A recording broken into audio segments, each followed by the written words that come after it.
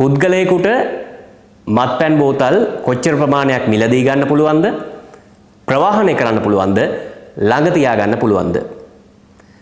මේක ගැන ප්‍රධානවම අවධානය යොමු වුණේ වැඩ අත්හිටුවන ලද පොලිස්පති දේශබන්දු තෙන්නකෝන් මහත්මයාගේ ගෙදර CID එක සර්ච් කරනවා. ඒ සර්ච් කරන වෙලාවක විදේශීය මත්පැන් බෝතල් 745ක් සහ තවත් වයින් බෝතල් ප්‍රමාණයක් හම්බ වෙනවා. එතුමා කරේ නීති විරෝධී වැඩක්ද කියන එක සමාජයේ කතාවට ලක් වුණු නිසා. අපි බලමු ලංකාවේ නීතිය අනුව නීත්‍යානුකූලව කොච්චර ප්‍රමාණයක් මිලදී ගන්න පුළුවන්ද? ප්‍රවාහනය කරන්න පුළුවන්ද? ඒ වගේම ළඟ තියා ගන්න පුළුවන්ද කියලා. මේකෙදී ප්‍රධාන පනත ආඥා පනත අනුව තමයි සුරාබදු දෙපාර්තමේන්තුවට මේ බලය පැවරෙන්නේ. නීත්‍යානුකූලද නැද්ද කියන එක තීරණය වෙන්නේ මේ පනතේ ප්‍රතිපාදන අනුව. ඊට අමතරව කාලීනව විශේෂභාර අමාත්‍යවරයා විසින් රෙගුලාසි නිකුත් කරලා ඊට අදාළ වෙන පරිදි ලංකාවේ නීතියට යම් යම් නීති නෙමෙයි අතරම රීති වශයෙන් රෙගුලාසි වශයෙන් දේවල් එකතු කරලා සුරාබදු දෙපාර්තමේන්තුව ඒ ඔස්සේ ක්‍රියාත්මක වෙනවා. 745 වෙනි නිවේදනය අනුව රාලීටර් 1.5ක් මිලදී ගන්න සහ බලපත්‍ර නොමැතිව ප්‍රවාහනය කරන්න ඕනම කෙනෙකුට වැඩිහිටියෙකුට පුළුවන්. 781 985 සහ 510 කියන කාලීනව නිකුත් කර ඒ කාලවල විවිධ වශයෙන් නිකුත් කළා සංශෝධනය කළා කරපු සුරාබදු නිවේදන අනුව අරක්කු විදේශීය මත්පැන් සහ බියර් කියන ඒවායින් ලීටර් 7.5ක උපරිමයක් දක්වා මිලදී ගන්න පුළුවන් විශේෂ බලපත්‍රයක් නැතුව. ඒ වගේම ප්‍රවාහනය කරන්නත් විශේෂ බලපත්‍රයක් අවශ්‍ය වෙන්නේ නැහැ. මේකෙදි 750 බෝතල් වෙන්න පුළුවන්, බාගේ බෝතල් වෙන්න පුළුවන්, කාලේ බෝතල් වෙන්න පුළුවන්, ලීටරේ බෝතල් වෙන්න පුළුවන්. කොමන ප්‍රමාණයකින් හරි පරිමාව උපරිමය 7.5යි. ඒ කියන්නේ වයින් ස්ටෝර්ස් එකකට ගිහිල්ලා ලීටර් 7.5ක බිලක් තමයි උපරිමය එක පුද්ගලයෙකුට මිලදී ගන්න පුළුවන්කම ලැබෙන්නේ. එතකොට අපි හිතමු දෙන්නෙක් යනවා.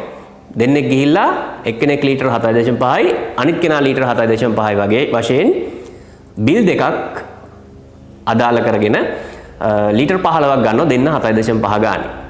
දැන් මේ දෙන්නම එකම වාහනයක අපි හිතමු වෑන් එකක කියලා වෑන් එකක දාගෙන මේ ලීටර් 15ම වයින් ස්ටෝර්ස් එකේ ඉඳලා ගෙදරට ගෙනියනවා.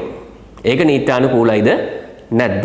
අන්න එතෙන්දී ප්‍රවාහනය කියන එක යටතේ වරදකට ඔවුන් හසු වෙනවා. එක වාහනයක ගෙනියන්න පුළුවනුත් එක පුද්ගලයෙකුට අර ගන්න ප්‍රමාණයම තමයි. දෙන්නෙක් වෙන වෙනම වයින් ස්ටෝර්ස් එකෙන් වෙන වෙනම බිල් දෙකක් දාලා අරගෙන එක වාහනයක ගෙනිච්චොත් ඒක කරන්න බෑ. ප්‍රවාහනය කරනවා නම් මේ දෙක 7.5ක් එක වාහනයකයි ඉතිරි 7.5 අනිත් වාහනේ තමයි ගෙනියන්න පුළුවන්කම තියෙන්නේ. දැන් මේකෙදී ඔන්න විවාදාපන්න කාරණාව. කොච්චර ප්‍රමාණයක් ළඟ තියා ගන්න පුළුවන්ද?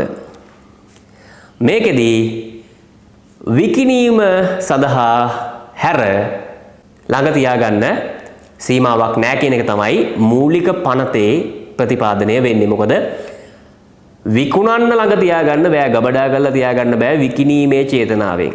සද්භාවික චේතනාවෙන් Tamanට පාවිච්චි කරන්න, එහෙම නැත්නම් කෙනෙකුට තෑගි දෙන්න, එහෙම නැත්නම් ගෙදරට කෙනෙකුට සංග්‍රහ කරන්න වගේ දේවල් වලට ඕනෑම ප්‍රමාණයක් මත්පැන් ළඟ තියාගන්න පුළුවන් කියන එකයි මූලික ආඥා පනතේ තියෙන්නේ.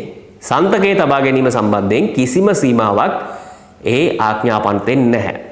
හැබැයි මෙතනදී 2019 සැප්තැම්බර් 27 සිට බලපැවැත්වෙන පරිදි මංගල සමරවීර එවක විශේෂභාර අමාත්‍යවරයා විසින් රෙගුලාසියක් පනවලා තියෙනවා විදේශීය මත්පැන් ලීටර 80ක කතාවක් කියලා.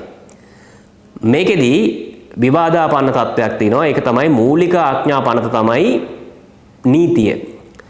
අමාත්‍යවරයා පනවන්නේ රීතියක් එහෙම නැත්නම් රෙගුලාසියක්. මේකෙදී මූලික පනතේ සන්තකයේ කොච්චර තියාගන්න පුළුවන්ද කියන කාරණාවක් නැති නිසා රෙගුලාසි වල එවන්නක් පැනවීම නීත්‍යානුකූලයිද නැද්ද කියන එක සම්බන්ධයෙන් විවාදාපන්න තත්ත්වයක් තියෙනවා. ඒ ප්‍රතිපාදනයේ තියෙන කරුණු සඳහන් කරන්නම්කෝ මෙන්න මේ විදිහට. සුරාබදු ආඥාපනතේ 4, 13 සහ 17 වගන්ති මගින් මා වෙත පැවරී ඇති බලතර ප්‍රකාරව මුදල් අමාත්‍ය මංගල සමරවීර වන මම 2019 සැප්තැම්බර් 27 දින සිට බලපැවැත්වෙන පරිදි මෙයින් ප්‍රකාශ කරමි කියලා තමයි මේකේ තියෙන්නේ. මුළු දිවයිනටම අදාළ වන විදේශීය මත්පැන් සිල්ලර වෙළඳාමෙන් විකිණීමේ සීමාව තොග ලීටර 80ක් විය යුතුය. මුළු දිවයිනටම අදාළව ආඥා පනත යටතේ නිකුත් කරන ලද අවසර පත්‍රයක් නොමැතිව සත්‍ය පෞද්ගලික පරිභෝජනය හෝ භාවිතය සඳහා විදේශීය මත්පැන් ප්‍රවාහනය සන්තකයේ තබා ගැනීම සඳහා උපරිම තොග සීමාවද ලීටර 80යි. මේකේ තියෙනවා ප්‍රවාහනය සහ සන්තකයේ තබා ගැනීම. හැබැයි දැන් මේකේ සඳහන් කරලා තියෙනවානේ 4 වෙනි වගන්තිය, 13 වෙනි වගන්තිය, 17 වෙනි වගන්තිය කියන වගන්ති ප්‍රකාරව තමයි මේ රෙගුලාසිය මංගල සමරවීර මුදල් ඇමතිවරයා නිකුත් කරන 2019. අපි ඒ කියපු වගන්ති ටික බලමුකෝ. ඔන්න 4 වෙනි වගන්තිය. මේ ප්‍රධාන ආඥා පනතේ 1912 නිකුත් කරපු ආඥා පනතේ 4 වෙනි වගන්තිය. මෙම ආඥා පනතේ කාර්ය සඳහා මුළු ලංකාව පුරා හෝ යම් ප්‍රදේශයක් තුල සාමාන්‍ය ගැනුම්කරුවන් හෝ යම් නිශ්චිත ගැනුම්කරුවන් කොටසක් විසින් නිශ්චිත අවස්ථාවක් සඳහා හෝ සුරාබදු කාණ්ඩ කොපමණ ප්‍රමාණයක් පිළිවෙලින් සිල්ලරට හා තොග වශයෙන් විකිණීමේ සීමාව පිළිබඳ නිවේදනයක් මගින් ප්‍රකාශයට පත් කිරීමේ හැකියාව අමාත්‍යවරයාට තියෙනවා කියන එක මේ කියන්නේ මේ ඒ කාලීනව අමාත්‍යවරයාට නිවේදනයක් ගහලා ඉවරලා සීමාවන් ටිකක් දාන්න ඕන පුළුවන් කියන කතාවයි මේ 4 වෙනි වගන්තියෙන් කියන්නේ. එතකොට 13 වෙනි වගන්තිය ශ්‍රී ලංකාව පුරා හෝ එයින් කොටසකට අදාළ වන පරිදි අමාත්‍යවරයා විසින් නිකුත් කරනු ලබන නිවේදනයේ ප්‍රකාශිත සීමාවන් ඉක්මවා සුරාබදු භාණ්ඩයක් ඊළඟ වගන්තියේ ප්‍රකාරව බලපත්‍රයක් නොමැතිව ආනයනය